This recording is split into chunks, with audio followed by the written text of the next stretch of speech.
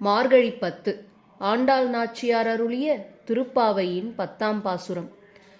நோற்றுச் சுவர்க்கம் புகுகின்ற அம்மனாய் மாற்றமும் தராரோ வாசல் திறவாதார் நாற்றத் துழாய்முடி நாராயணன் நம்மால் போற்றப் பறை தரும் புண்ணியனால் பண்டொரு நாள் கூற்றத்தின் வாய் வீழ்ந்த கும்பகர்ணனும் தோற்றும் உனக்கே பெருந்துயில்தான் தந்தானோ ஆற்ற அனந்தல் உடையாய் அருங்கலமே தேற்றமாய் வந்து திரவேலோர் எம்பாவாய்.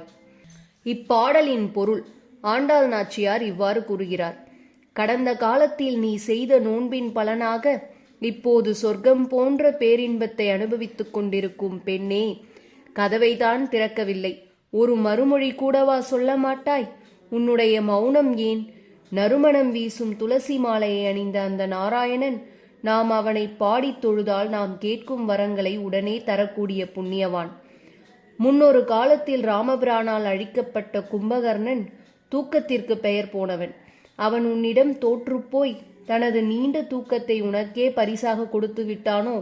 அந்த அளவிற்கு உறங்குகிறாயே, மிக்க சோம்பல் உடையவளே. ஆனாலும் நீ எங்கள் குழுவிற்கு ஒரு விலை உயர்ந்த ஆபரணம் போன்றவள். மயக்கம் தெளிந்து தெளிவான சிந்தனையோடு வந்து கதவை திறப்பாயாக. இறைவனை அடையத் துடிக்கும் பக்தியில் தூக்கத்திற்கும் இடமில்லை, சோம்பலுக்கும் இடமில்லை என்பதை ஆண்டாள் நாச்சியார் இந்த பாடலில் உணர்த்துகிறார். தொடர்ந்து திருப்பாவை பாடல்களையும் பாடலின் பொருளையும் தெரிந்து கொள்ள நம்ம சேனலை சப்ஸ்கிரைப் பண்ணுங்க. இந்த பதிவு உங்களுக்கு பிடிச்சிருந்தா லைக் பண்ணுங்க. நன்றி.